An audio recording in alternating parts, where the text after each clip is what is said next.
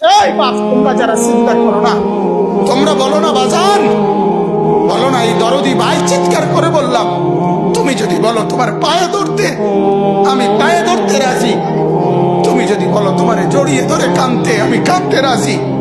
তুমি বলো কেন আল্লাহর সাথে রাগ করলা, কেন আল্লাহর সাথে রাগ করলা, কেন আল্লাহর সাথে নারাজ হইলা, কেন সেজদা কপালে ছুটলো না, কেন মালিকের সাথে সারাদিনের এত কিছুর বিনিময়ে আল্লাহ তাআলা একটা মিস কল দিলে, 2 সেকেন্ডের একটা মিস কল দিলে বন্ধু তুমি টের পাও তোমার মোবাইলে মিস কল আসছে।